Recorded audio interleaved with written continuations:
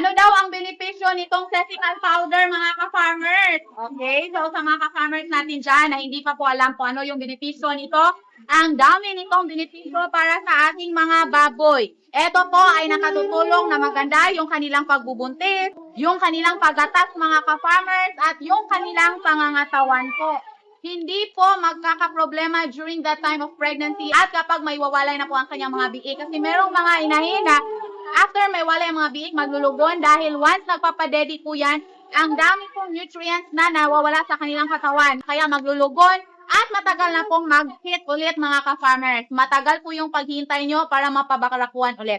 So, ito yung purpose ng Cesical powder. Maghalo kayo nito kada pakain, mga ka-farmers. Isang kutsarita kada pakain po, 2 beses sa isang araw. At meron tayong buy one, take one dito. Just in case gusto nyo pong mag-avail nito, nasa link po sa comment section or sa yellow basket.